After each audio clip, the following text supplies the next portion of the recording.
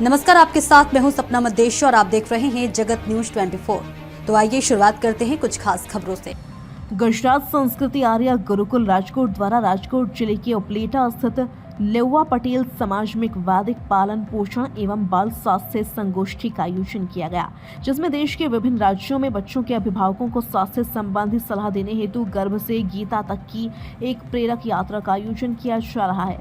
आज उपलेटा में भी ऐसी ही एक संगोष्ठी का आयोजन किया गया, जिसमें भारतीय संस्कृति का ज्ञान प्रदान किया गया और बाल स्वास्थ्य, बालकों एवं महिलाओं के स्वास्थ्य विकास, आयुर्वेदिक सलाह एवं पोषण आहार की समझ व महिलाओं एवं बच्चों के पंचकोश विकास के बारे में जानकारी प्रदान की गई।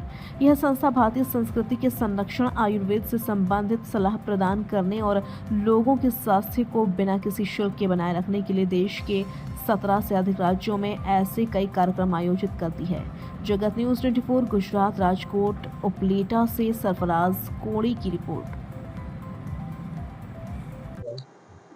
नमस्कार, आज एक सेमिनार જે ઉપલેટા ખાતે સમાપ્ત થયો એ સેમિનાર ગર્ભવિજ્ઞાન, વૈદિક પેરેન્ટિંગ અને ખાસ કરી અને ભારતીય સંસ્કૃતિના જે મૂલ્યો છે એના વિશેનો હતો। આવા પ્રોગ્રામ એટલે કે અલગ અલગ જગ્યાઓ ઉપર વૈદિક પેરેન્ટિંગ, બાલ સ્વાસ્થ્ય, બાલ મનોવિજ્ઞાન, પંચકોશ વિકાસ તેમજ બાલ, યુવા એમજ મહિલાઓના સ્વાસ્થ્ય વિશેના આયુર્વેદના કાર્યક્રમો સંસ્કૃતિ આર્ય ગુરુકુલમ દ્વારા ભારતભરના 17 રાજ્યોમાં અને લગભગ 40 થી વધારે જગ્યાઓ પર નિયમિત રીતે થતા હોય છે। 2-3 મહિને અથવા તો 15 દિવસે 20 દિવસે રાજકોટમાં નિયમિત રીતેની શિબિરો ચાલતી હોય છે।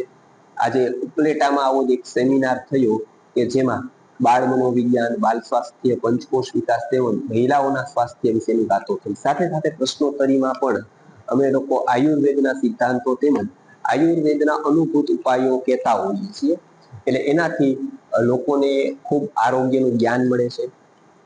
લોકોને નાની મોટી જે ભૂલો થાય છે રોજબરોજના જીવનમાં, ખાસ કરીને જે લોકો સ્વાસ્થ્ય સંબંધિત ભૂલો બાળકો માટે કરતા હોય છે તો એને જ્ઞાન મળે એટલે એક તો બાળકોનું સ્વાસ્થ્ય સુધરે છે, બાળકો ઘણા બધા રોગોથી બચી જાય છે। વિદ્યાલયની વાત કરું, શૈક્ષણિક સંસ્થાઓની વાત કરું તેમાં પંચકોશ વિકાસના ઘણા કાર્યક્રમો કરીએ છીએ, જેનાથી બાલ મનોવિજ્ઞાન જાણી અને શિક્ષક સારી રીતે ભણાવી શકે, પોતાનામાં વેલ્યુએટ કરી શકે, પોતાની ટીચિંગ સ્કિલને ડેવલપ કરી શકે।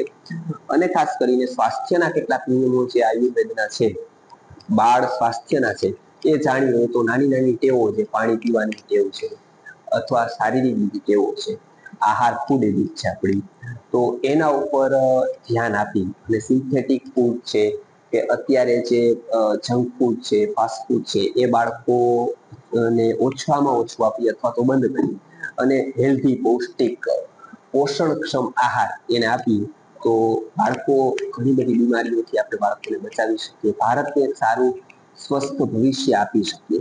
બહેનોના રોગોમાં આપણે ઘણું કામ કરી શકીએ કે જેથી ભારતનું મહિલા સશક્તિકરણ સાચા અર્થમાં થાય। અને અંતમાં ગર્ભવિજ્ઞાન એ તો એક ગહન સબ્જેક્ટ છે કે જેમાંથી કે એક આપણે આપણી એક વિજ્ઞાનને ફરી જીવતું કરીએ, ગર્ભવિજ્ઞાનને, એટલે એક રાષ્ટ્ર, પૂરો ભારત વર્ષ આપણું સમર્થ બનવાના एक रास्ता पर आ जाए। ऐसे ही अपडेट्स के लिए देखते रहें जगत न्यूज 24 और हाँ, हमारे चैनल को लाइक, शेयर और सब्सक्राइब करना बिल्कुल ना भूलें।